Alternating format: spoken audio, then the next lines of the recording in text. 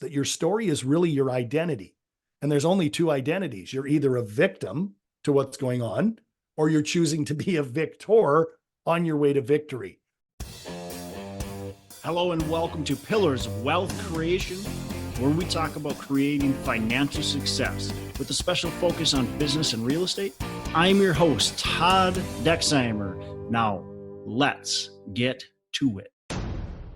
Hello, welcome back to Pillars of Wealth Creation. I'm your host, Todd Dexheimer. With me, excited to have back on the show, Trevor McGregor. Trevor, how are you doing today? I am blessed and grateful, Todd, and thanks for having me back. Great to be here.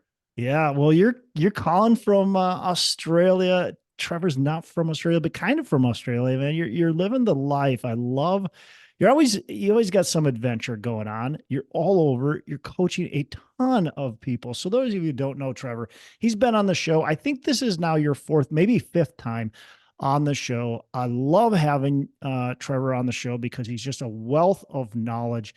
And look, he's coached over 40,000 one-to-one coaching sessions. So that is amazing. Trevor, I got a question I want to ask you right off the bat then about that 40,000. Congratulations, by the way. That's amazing. Thank you. Yes, thank you. That is a lot of calls. You've learned a ton of stuff with those calls. So people are learning from you. They're paying you to teach them, to coach them, to help guide them. You're their mentor, right? Yet you're going to learn from them too. I want to know, like, what are maybe a couple key takeaways that you've learned from some of your clients? Well, thank you, Todd. And again, it's a blessing to be able to be paid handsomely, I might add, for adding value to so many people. Just like, you and I did some work together and we did some coaching together. For the listener, you and I have shared the stage together in person. Mm-hmm. You and I have invested in real estate together. And it's really clients like you or, coaches like me that really come together to add even more value to each other. And just like I added value to you and you've added tremendous value to me, that's really what I do for a living. So for the listeners that know me, hello. And for those of you that don't, I'm a high performance, peak performance master platinum coach who has, done over 40,000 sessions. And I'm also a real estate investor. So given the fact that I have this, absolutely insatiable appetite to help other people and the fact that I'm still growing my real estate portfolio, it's really the 1-2 punch that allows me to help other people, regardless of where they are in their journey, Todd, because some people are new to real estate, some are intermediates, and some are experts. Right. And ultimately I get to, put my hand in all of that. But really what coaching is it's co-creation. It's really, what are your options? What should you do? What shouldn't you do? So as I learn and work with my clients, I'm really then using that to apply in my life and in my investing as well. Plus, not to mention, I had the honor and the privilege, you might remember, to work with and for the man, the myth, the legend, Tony Robbins, for over half a decade as one of his top coaches. And no matter what happened, Tony would always give me his real estate clients. So not only was I, learning all of Tony's tools and methodologies in terms of, how do people go out there and create phenomenal empires? And what does it take to do that? Which we know is mindset and strategy. Is I got to take a lot of those tools and apply it in my real estate journey. And now I share those with clients all over this beautiful blue planet. So the best part of it, and to really answer your question, is, I don't profess to know it all, but I know enough to add so much value that it just keeps getting better and better on both sides. Yeah.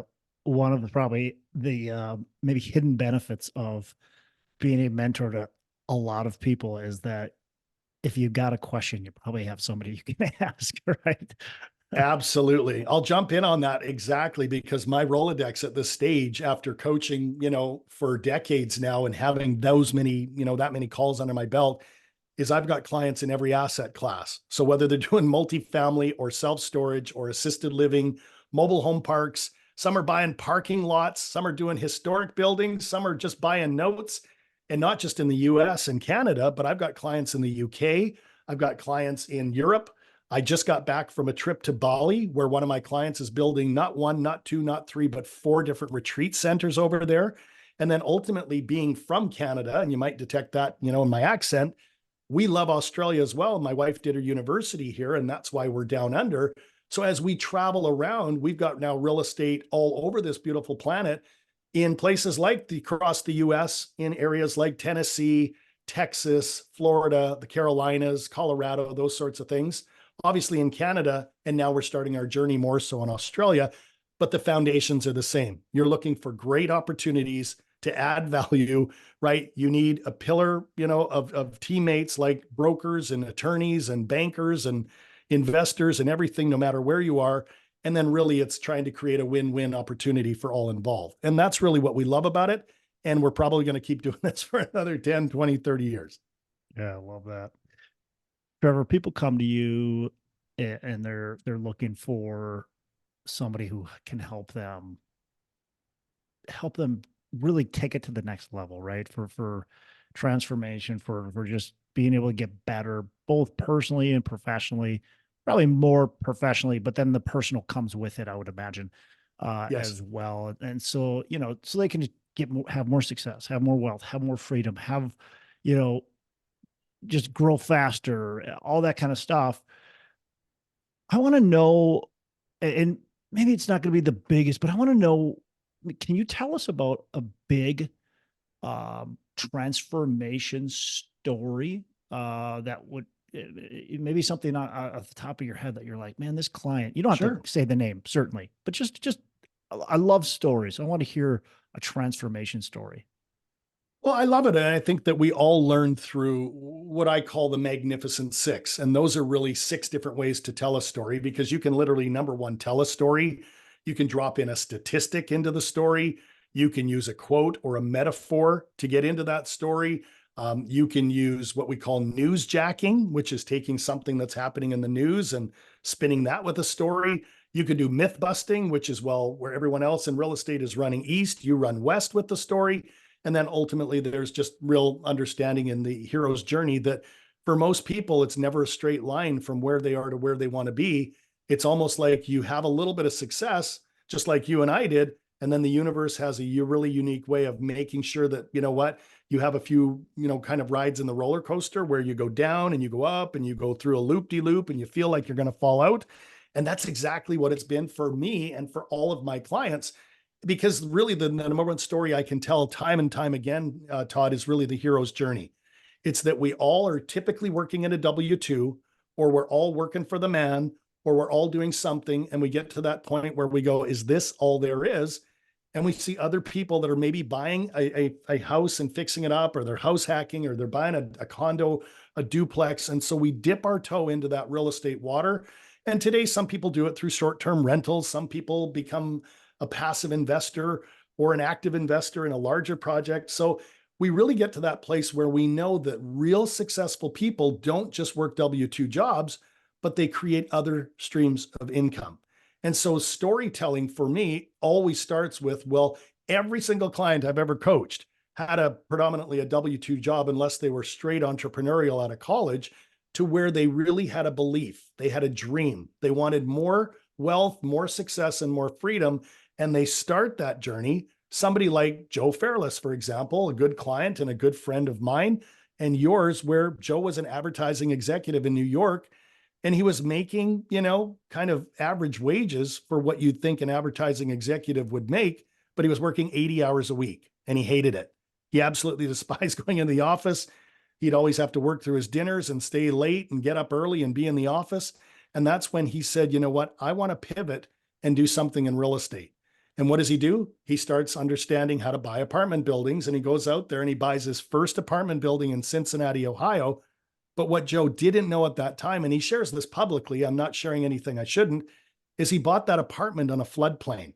And every time it rained, the lower level tenants would get flooded. And Joe would have to go to the property and apologize and, put the blowers in there and dry things up. And then, it would happen again and again and again. But what Joe didn't have was the capital to fix the problem. So every time it rained, he really would have to really, kind of put up with it, until one day one of his tenants went to the 6 o'clock news and said that, this is ridiculous and it can't continue. And what happened was the media came out, they interviewed Joe. Joe was, wet behind the ears. Not only did he want to make it right for the tenants, but he wanted to make sure that he didn't, let his investors down. And to make a long story short, when we think of the hero's journey, right? Joe ended up having to fire sale that property, and he went upside down $1 million. $1 million. So there he is, fresh off of being an advertising executive in New York that quits to get into real estate, right? To buy a property and not really understand it at the level that maybe today he would go in the hole $1 million, but he made it right for the tenants. And he said, I'm going to pay back every investor, because it was friends and family. And not only am I going to pay back every cent, but I'm going to pay them double-digit interest, just like they would have had this been successful. And it wasn't easy, but Joe got up, he dusted himself off, and he kept on keeping on. And fast forward to today, Joe now has $2.7 billion in assets under management. 2.7 billion, yes, with a B. And he's built a beautiful team around him at Ashcroft Capital. But it just goes to show you that sometimes you go up the mountain, you come down the mountain, and you're not sure if you're going to survive.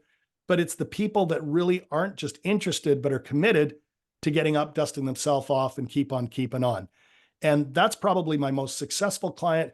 But I've got doctors and attorneys and Fortune 500 executives who all have a similar story of really going after something only to find it's not as easy as they thought. They come down the other side, they get what we call a money lesson.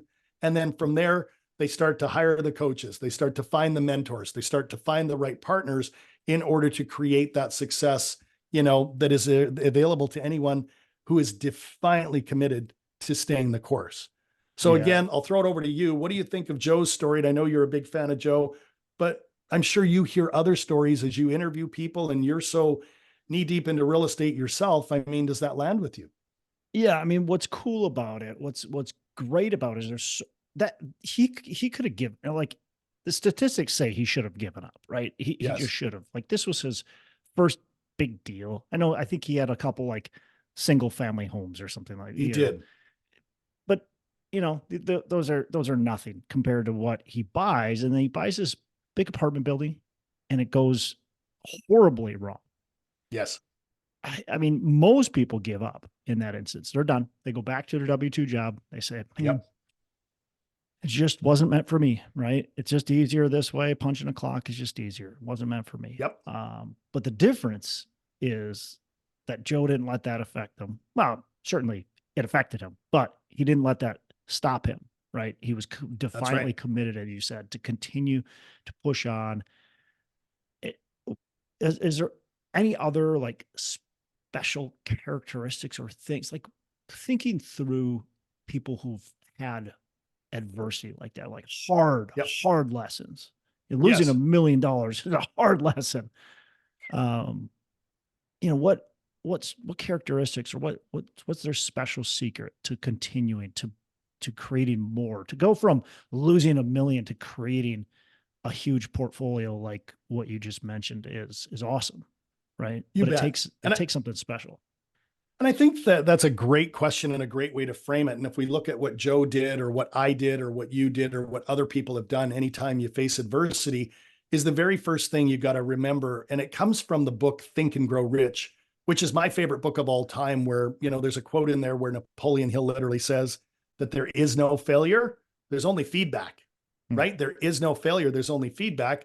And Joe got a lot of feedback in his journey. I've had tremendous feedback in my journey. I know your story and that it hasn't been, a straight line for you either. So if you really believe that there is no failure, there's only feedback, and you're open to taking a look at, okay, let's retrace our steps. What worked? What didn't, right?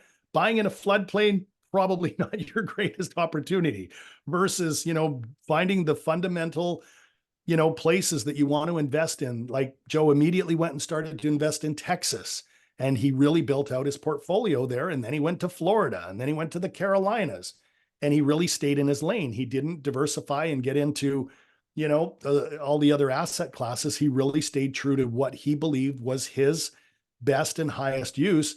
But then Joe also really started to understand what was it that allowed people to go from, being, basically having, a lower net worth than a homeless man on the street, because that homeless man on the street probably has a net worth of zero, where Joe was $1 million in the hole. What allowed those people to come out of it, but do something that I call turning decades into days?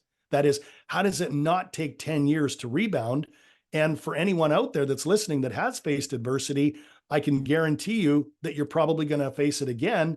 And I don't, wish to, plant that seed, but let's be honest, that's what the universe calls the law of polarity, because you can't have good times, Todd, without some not so good times. Just like you can't have day without night or black without white, you can't have failure without the possibility of there being success. So then what allowed Joe, or what allowed you, or what allowed me to move towards success? Well, it's where Tony Robbins really breaks it into just two things. And those two things are your psychology and your strategy. So let's unpack that for a minute, because when we think about your psychology, it's really, what is the story or the meaning that you give yourself, right? Based on where you were, where you've come from, and where you're going.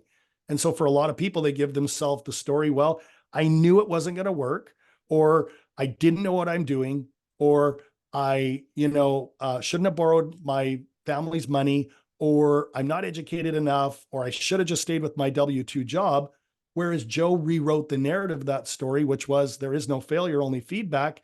I'm going to really work on my psychology so that I don't feel like a failure, so that I don't feel like, I'm less than, or I'm worthy or not worthy of success.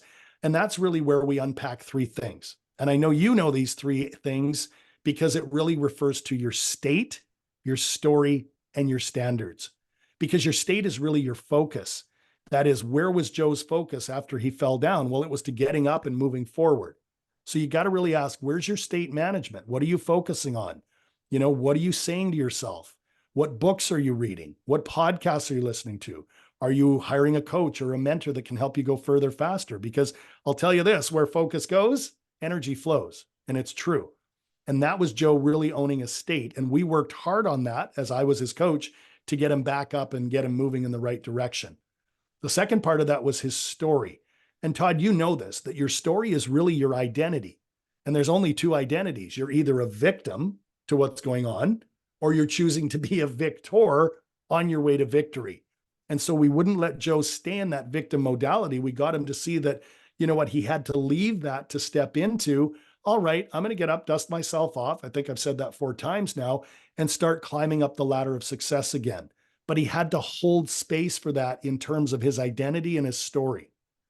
The third and final one is really your standards. That is, okay, at what level are you going to get up and play at?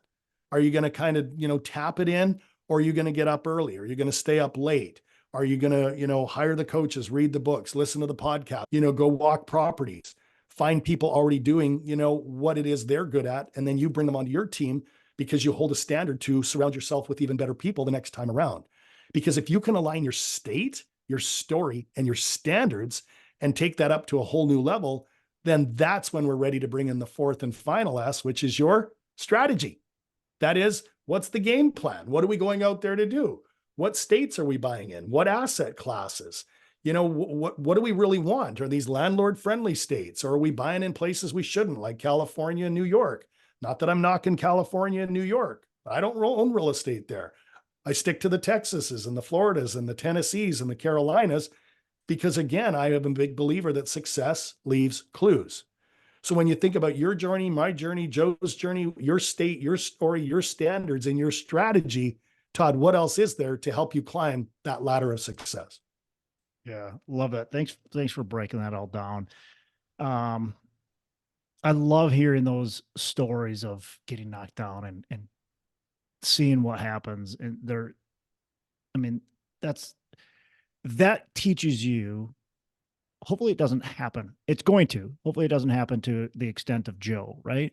But it's going to happen to an extent. And learning those lessons from people before you, and then hearing like how you broke it down, your psychology, the story that you state, your story, your standard, your strategy, how you break that down and think through it. And you're right. I mean, if you're going through challenging times and going through it alone, it's going to be really hard to unpack it and to not play that victim and, just get through it the right way and to build yourself back up, which is the power of having mentors, hired, Yes. non-hired mentors. But we Yes. always talk about surrounding yourself with, people that are where you're at and greater, right? Doing better things, bigger things than you're at. So what's the temperature today as you're talking with these clients? What's the temperature of the conversations today? That's a great question, Todd. And I think, to arrive at where we're at today, we got to go back a little bit because, again, I've been coaching for a very, very long time. And, I'm in my second decade of coaching, 40,000 calls in. And I found that, when people were getting into real estate, maybe 2017, 2018, 2019, 2020, you could literally go buy a building and it was, an opportunity to fix it up, push the Yeah. rents up, Yeah. refi it and do pretty well. The And then market we was get just into working with you, right? it really was. Yeah. And we call that the environment. Then we get into the 2020, 2021. Now we got the pandemic years and into 2022, which was still okay. But 2023 is where a lot of people, really, stub their toe. And Yeah. that isn't necessarily their fault with, interest rates and changing cap rates and insurance costs going through the roof and just, all of that stuff happening. But ultimately, the narrative today is really twofold. One is I'm just going to sit on the sidelines and kind of wait and wait that out until interest rates come down and the market's more stable and investors get that belief that they're not going to lose money back. Whereas my high performing clients are really, cut from the cloth of a great Jim Rohn quote. And I know you know this one because I've shared it on stage with you. And the quote is that it's not the winds that blow on you that determine where you end up. It's the set of your sail. And it's one of my favorite quotes of all time. I'll say it again. It's not the winds that blow on you that will determine where you end up. It's the set of your sail. So these clients over here are now setting that better sail. They're identifying where are the opportunities? Where do we go raise capital from? How can I not, convince an investor to put their money in, but show them statistically and mathematically why this opportunity is so good? So where this person is kind of sitting there and the temperature is kind of like 72 degrees, these clients over here are cranking that thermostat up to 76 or 78 or 80 or 85, knowing that, the best time to plant a tree is yesterday, but the next best time to plant the tree is today. And that there are opportunities in every, state. I've got clients operating different entities in 37 US states right now. And again, doesn't matter what asset class is, today somebody is going to list a property that was not for sale yesterday. So there's an opportunity to buy it. Today, unfortunately, some old couple is going to, decide to move out of Wisconsin and move to Florida, and they're going to put their properties up for sale. There's an opportunity. Today, somebody's going to get diagnosed with cancer or heart disease. I'm sorry to say that, but it's going to happen. And they're going to want to sell their portfolio and live out their best years. So you got to remember that these clients over here, when we take the temperature, know that there's new deal flow, there's new brokers, there's new opportunities. The question is, are they taking that intelligent and inspired action to go find them versus the person over here where we take the temperature and they're almost waiting for a deal to come to them? So that's the two camps that we live in. I only work with the people over here, but for anybody that does slide back to the temperature, that's where Coach T becomes the coach that cranks the thermostat and helps them really take it to a whole new level. Does that help? Yeah, that's awesome. I hear from a lot of people. I'm just sitting on the sidelines right now, and I'm like, it to me, I understand the thought of that, but I don't understand how the lack of action does anything positive for your business.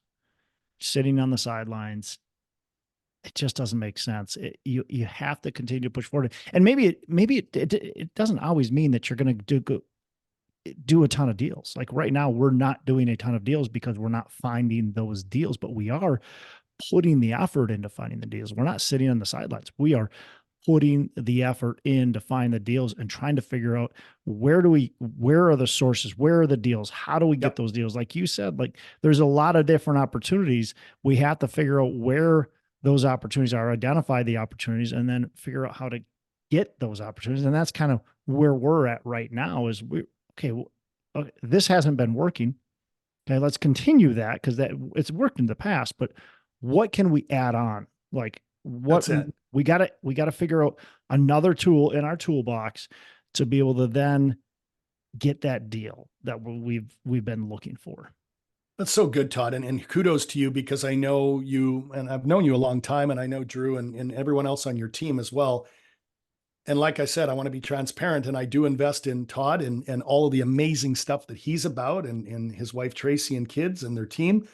But I also see that you are open to change, because you know that change is a constant. And I don't know if the listener knows this, but most people are resistant to change because of what we call the law of familiarity. Change is unfamiliar. And it's really simple because, Todd, we all live in what we call three modalities of time. And, let me share those with you now, because we all live in the past, we can all live in the present, or we can all live in the future. But because we have more references to the past than we do the present or future, we tend to think and behave from the past. And that's what I love about you and your wife and the whole team, is you are familiar with what you've done in real estate, in your single family, in your multifamily, and your assisted living, and everything else you've done, but you're stepping into the present to ask better questions, look at under, more rocks, underwrite more deals, because it doesn't matter how many deals you underwrite. Eventually, if you keep going, you'll find one, and that then becomes the future. So that's where I'm always, curious, because a coach is a curious being, where I say, what, are you open to leaving the familiar past to step into the present to create that predictable future? And whether it's you or I or Joe or some of the other clients that we run in the same circles with, it's the ones that I find have these four character traits that are the ones that are playing in the present to create the future. And that is, number one, they got to be committed, right? What is real estate if you're not committing to it on a daily basis? Number two, you got to be decisive, right? Not only is being committed important, but you got to be decisive. And that is, you got to choose the asset classes, choose the markets. Are you going to be passive? Are you going to be active? I mean, what are you doing? So being committed and decisive is part and parcel of that.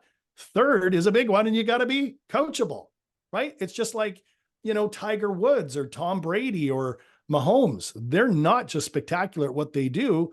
They bring in swing coaches and defensive coaches and offensive coaches and, different people to help them put, championship rings on their finger. So if you're committed, decisive, coachable, number four is a big one, Todd, and you're this because you got to be resourceful. It's going to take time. It's going to take money. It's going to take energy for you to go from where you are to where you want to be in real estate. But if you're not committed, decisive, coachable, and resourceful, you're not going to do it as eloquently and as beautifully as you could, knowing that, change is a constant. And in life, there are winners and there are learners, and that you're learning all the time. Every rock you pick up, you should be saying, what do I learn today? What did I learn yesterday? What am I learning tomorrow? Because that becomes potential power to then use that potential power to go out there and take action. And if you use that potential power to take action, you will get a result as long as you keep moving your feet. What do you think of all of that, my friend? I love it. When I first started working with you, I remember the first time, so I had been flipping houses for a long time. I had bought a lot of rentals. I've done a lot. I'd done a lot of things, and I'm sitting there going, I'm kind of feel like I'm stuck, right? I just was doing the familiar things, and I was, as you said, like living in the past. Like I knew I could do this, and I just got comfortable. I always say I got fat and happy. Physically, I wasn't fat, but I got Right. fat and happy, right? And I was like, I got to do something. So I'm sitting there going, okay, I got to find, maybe I got to pay a coach. And I'm like Googling, and this is ridiculous. And I listened to you on a podcast. I'm like, I'm calling this guy out. I called you up, had a conversation with you, hired you. And I just started kind of buying these small apartment buildings. And I can't remember if I bought them after our conversation or whatever, but I was talking about, and we talked about Joe Fairless already, so we'll say his name. I'm talking about Joe, and I just met Joe, and talked to him, and he's buying all these apartment buildings. And I didn't know Joe before that, and anyways, and I'm like, I want to do what that guy's doing, and I tell you that, and you're like, well, why don't you go do it now? Because I'm like, well, I'm buying, buy a 20 unit. I want to buy, eventually I want to get to a 30, then a 40, then a 50. And you're like, well, why Yep. don't you do it right now? And I'm like, huh. You're like, Joe's no smarter than you. Joe doesn't have, you've got more years in real estate than him. Like there's no reason that you can't do what he's doing. You just, Yep. other than you don't believe it right now. And I'm That's like, it. oh, it was that one little like just change in my gear, right? That said, Yep. yeah, you're right. And I don't know exactly how long it was, Trevor, but it was within a few months. I had like 100 unit building and another 100 unit building under contract and bought them and closed on them and, continued on. But it's that we got, you've got to get out of your own way. Sometimes we get comfortable Yep. and we live in that kind of the past, as you were saying. We don't step into the future, step into the present to create the future. So Yeah. And what I love about you sharing your story, and I remember, and you were always fun to coach because you were open to, not, having me tell you what to do, but suggesting, how about this or what if that? Because the quality of the answers that somebody gets is going to be in direct proportion to the quality of the question. And I remember we'd ask better questions. Well, why not? Or what about this? Or what's the option? Or what would you do if you could? But underneath all of that, we had to go back to Todd's why. What is your why? Why do you want to scale? Why do you want to create right. more impact? Why do you want to create more income? Yeah. Right. And I know the big thing for you was at the time is, and it still is for you, I'm 1,000% sure, was your faith and your Mm-hmm. family.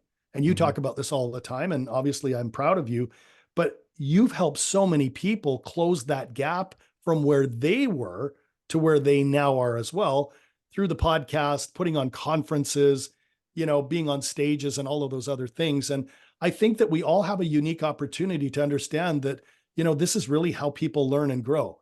They really need a belief in themselves. They need a mentor, and then they need to take that intelligent and inspired action. And really, that's the combination for success. Yep. So I'm a big believer that there's always another level to get to as well, where you started to buy these bigger properties. And then you started to take a look at other asset classes, and you started to look at different states, and you started to get in your car and your airplane and go visit more people. And, all of that again is what I call potential power. But what's great about you is you acted on it. And now life looks a lot different for the Dexheimers today than it did, 7, 8, 10 years ago. What do you think of that? Yeah, absolutely. And you always, that's one thing that I try to catch myself. Like I always want to be growing and um, challenging my current thoughts. It doesn't mean they're wrong, Yep. but it means I'm thinking about them and going, okay, is there a different way? Is the way I'm doing it the best way? And how can we tweak? How can we improve? How can we get better? How can we grow?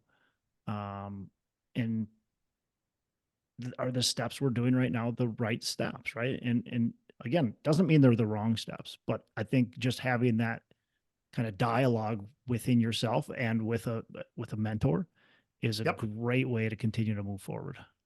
That's it. And it really, brings us to the final point, which is it's all done because we're all trying to meet the same what? The same 6 human needs. So this is something Tony talks about at nauseum, Tony Robbins, where if you look underneath every single reason why you're doing something, wanting something, or being something, it's to meet one of these 6 needs. And the first one is that need for certainty. We want to be certain. And I'm pretty certain, and you're pretty certain, and Joe's pretty certain at this stage that real estate is a great wealth vehicle, right?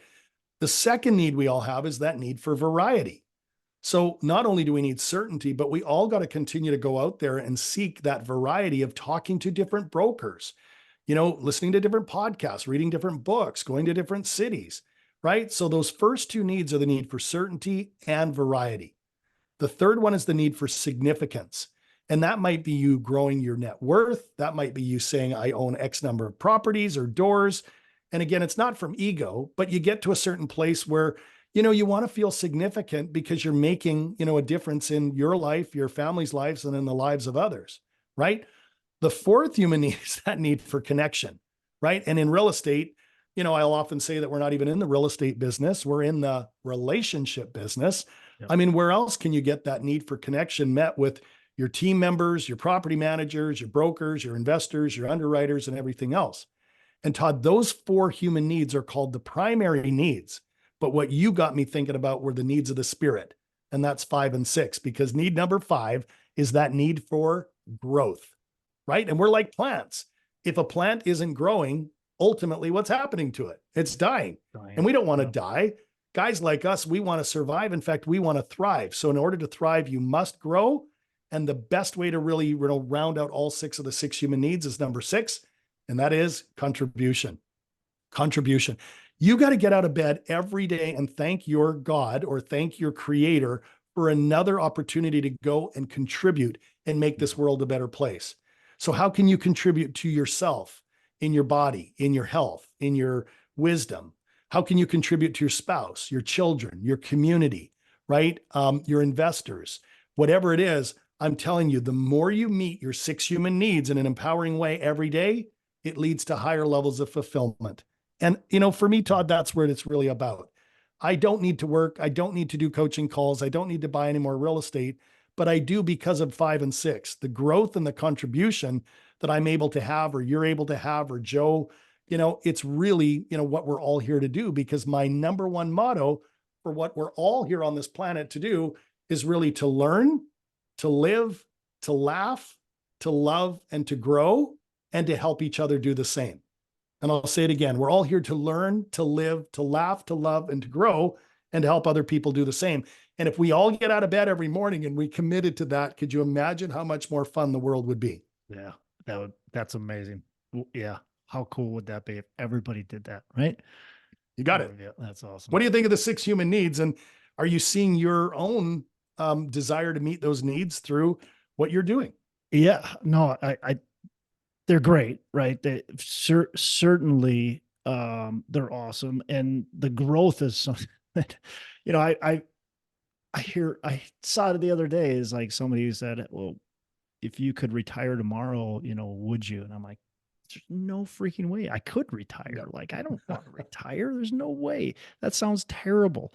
Like, what does that do? I feel like God put everybody on the earth for a reason, and I've got a purpose. And my purpose is not to sit there and do nothing and grow nothing and change nothing. That's not my purpose. My God did not put me on this earth to just take up time and consume. Like, no, that is not it. So that sounds terrible. As delightful it is, Trevor, to travel and to golf and to ski and to do all those things, that would leave me with an empty hole if that's all I did. And I know for you, it would be the same thing.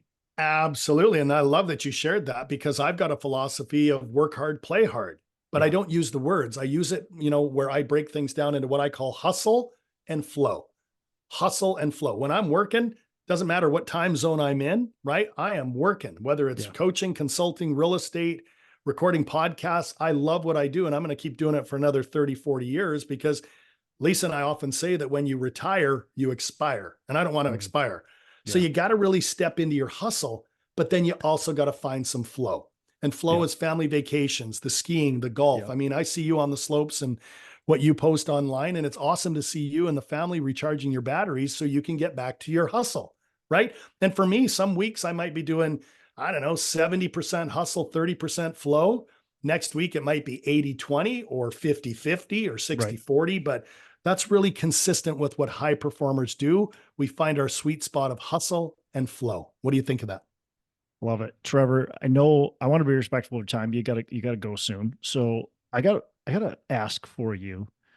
I like to challenge my listeners. I like to give them a challenge. I like to have them, leave every episode with something. So what's a challenge that you would give our listeners? What can they do? Yeah, I think the best challenge, I call it the Coach T challenge, is to really do something I call the Back to the Future challenge.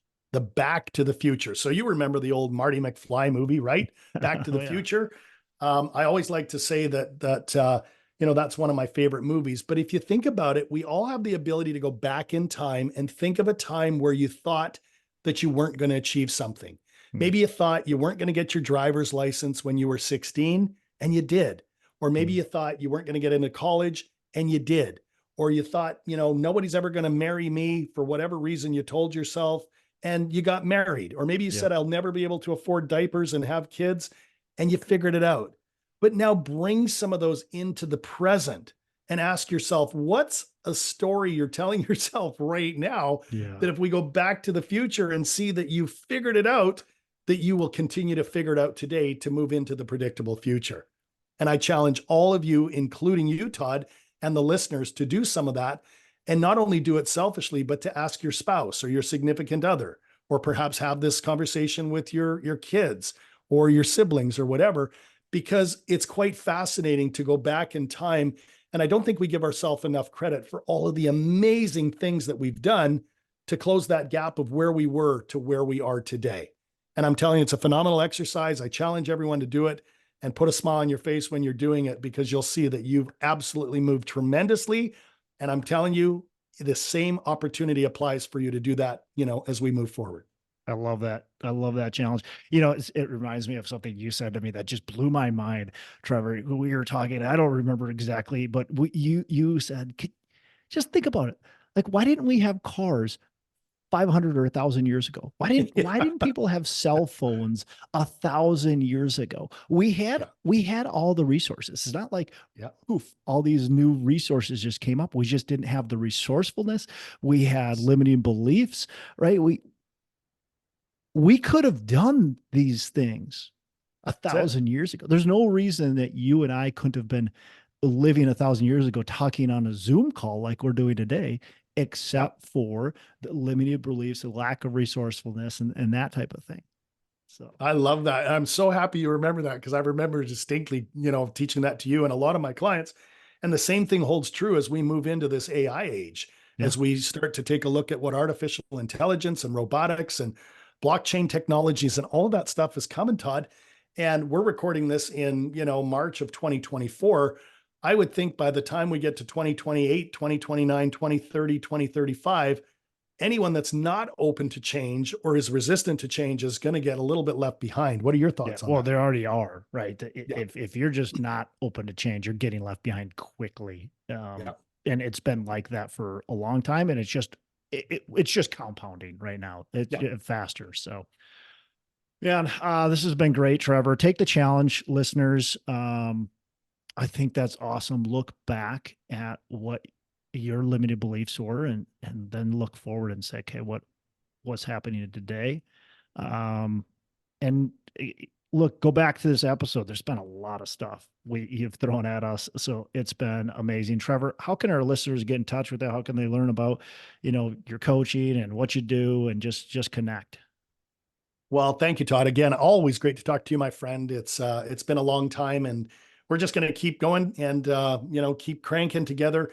But for anyone else that wants to know a little bit more about me or a little bit more about my coaching, the easiest thing is to head over to my website. It's very simple. It's trevormcgregor.com, trevormcgregor.com, or you can find me on LinkedIn or Facebook.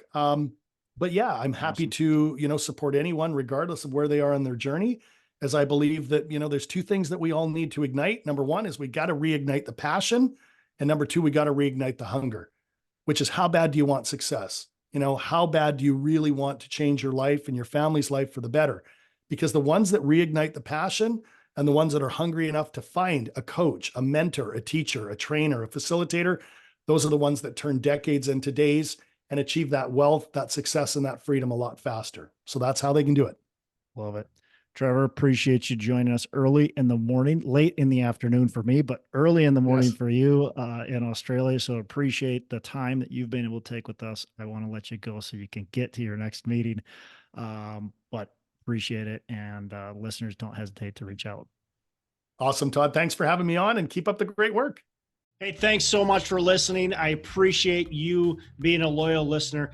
I would love to have you go on to our Facebook page and subscribe, give us a thumbs up, go on to iTunes or wherever you listen and give us a rating and review. Don't forget to subscribe.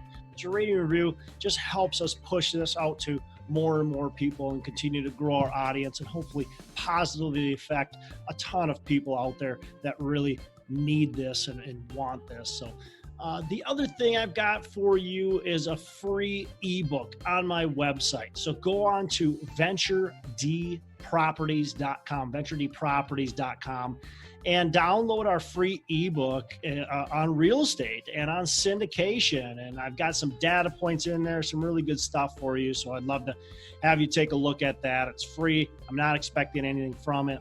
And also, look, if you want some help in multifamily, want some help learning, growing, getting your business off the ground, I would love to talk to you about what it would look like to work with me potentially and see if that's a good fit. So you can go to coachwithdex.com and check that out. And we can definitely have a call. Thanks a lot for listening. You make it a fantastic rest of the day. I'll catch you on the next episode.